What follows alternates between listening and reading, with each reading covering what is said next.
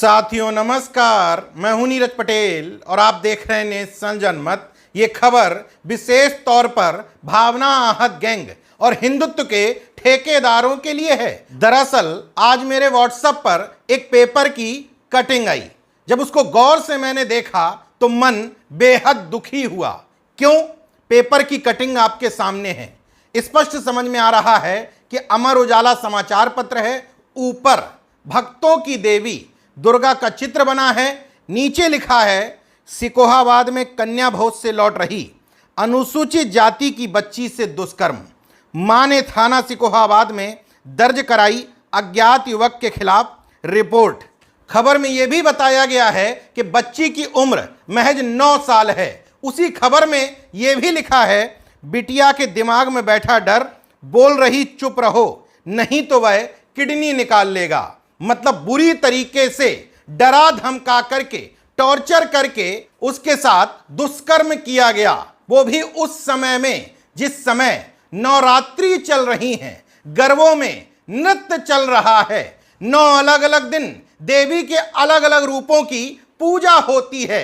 तो सवाल फिर से वहीं खड़ा होता है कि दुष्टों का संहार करने वाली देवी ने आखिर इस 9 साल की बच्ची के साथ बलात्कार करने वाले हैवान को रोका क्यों नहीं? खैर, जब मेरे मन में ये विचार आ रहा था उसी समय मुझे एक और खबर दिखाई दी। मध्य प्रदेश में 9वीं बार विधायक, पूर्व मंत्री, बीजेपी के कद्दावर नेता गोपाल भार्गव ने इसी तरह का सवाल खड़ा कर दिया। वर्तमान परिवेश में क्या हम रावण दहन के अधिकारी हैं? खबर की डिटेल में गया तो उनका बयान मिला। आजकल जहां अखबारों में एक तरफ दुर्गा पूजन और कन्या पूजन की खबरें छपती हैं, उसी पेज के दूसरी तरफ 3 साल और 5 साल की अबोध बालिकाओं के साथ दुष्कृत्य और उनकी हत्या करने की खबरें भी लगातार पढ़ने और देखने में आती हैं। मैंने यह भी गौर किया कि दुनिया के किसी भी देश में मुझे ऐसे समाचार पढ़ने या देखने को नहीं मिले। ये बीजेपी के कद्दावर नेता हैं, 9वीं बार विधायक हैं। अगर विपक्षी दल का कोई नेता यही बात कह देता तो उसको धर्म विरोधी, ईश्वर विरोधी बता करके उसका माखौल बनाया जाता। लेकिन मैं धन्यवाद देता हूं गोपाल भार्गव को, बीजेपी में रहते हुए भी समाज की सच्चाई उन्होंने सामने रखी।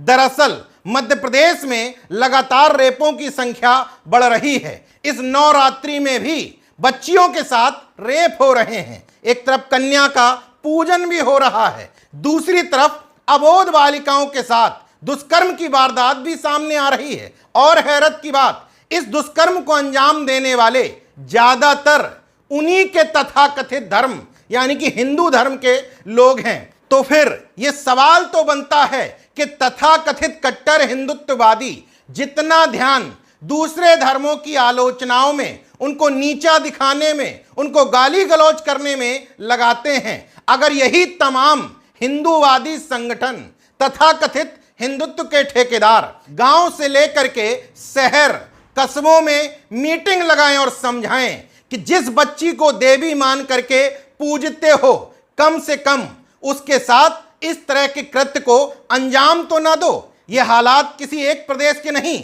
बल्कि पूरे देश के हैं। चंडीगढ़ के पंचकुला की खबर देखिए। कन्या पूजन के बहाने 5 साल की बच्ची को सुनसान जगह ले गया, रेप किया, फिर पत्थर पर सिर पटक करके मार दिया। खबर पुरानी जरूर है लेकिन खबर है। दिल्ली की खबर देखिए, कन्या पूजन के बहाने 9 साल की बच्ची के साथ रेप। राजस्थान के भरतपुर की खबर देखिए, शर्मनाक, कन्या पूजन के लिए घर बुलाकर लड़की के साथ 2 भाइयों ने किया रेप, दोनों हिंदू। अगली खबर मध्य प्रदेश के रायसेन से, कन्या भोज के बहाने 4 साल की बच्ची से दुष्कर्म, आरोपी हिंदू। नवरात्रि में कन्या भोज के बहाने बच्चियों का अपहरण, तलाश में जुटी पुलिस। मध्य प्रदेश के भोपाल की खबर, जिस महिला का नाम सामने आया वो भी हिंदू।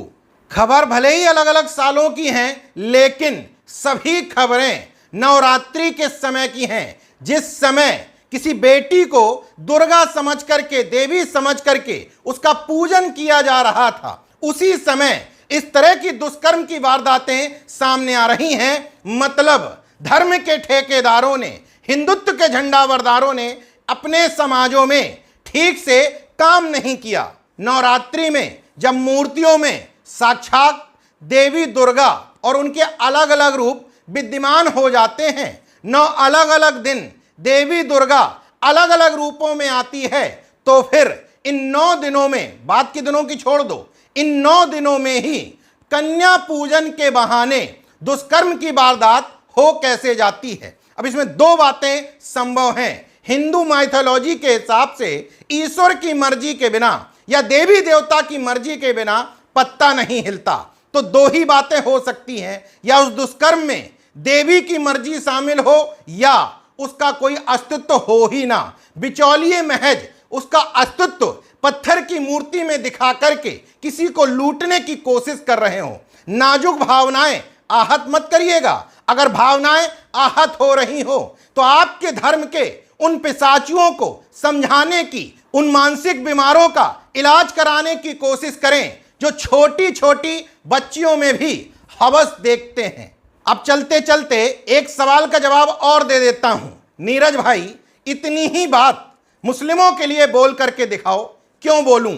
मेरे नाते रिश्तेदार, मेरे घर परिवार के लोग मुझसे पूछते हैं कि कन्या पूजन क्यों नहीं करते हो, देवी क्यों नहीं पूजते हो, घर में पूजा पाठ क्यों नहीं होती है। मुझसे ये नहीं पूछा जाता कि ईद क्यों नहीं मनाते हो, बकरीद क्यों नहीं मनाते हो, नवाज अदा क्यों नहीं करते हो। इसलिए मैंने इस बात का उत्तर ढूंढने की कोशिश की कि मैं क्यों नहीं मानता कि 9 दिन भी साल के 365 दिन के ही बराबर हैं। कोई भी ईश्वरीय या दैवी शक्ति ना इन 9 दिनों में आती है ना किसी अन्य दिनों में। खैर, जितनी जल्दी ये बात समझ में आ जाए उतना बेहतर है, वरना बिचौलियों के हाथों लुटते रहिए, खुद को छोटा बताते रहिए और अपने समाजों को गाली दिलवाते रहिए।